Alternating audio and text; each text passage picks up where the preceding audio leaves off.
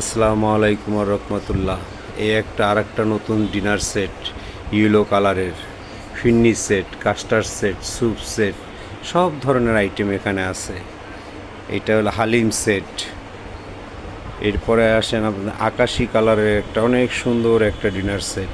এটা নতুন আসছে, এটা আমাদের নতুন কালেকশন।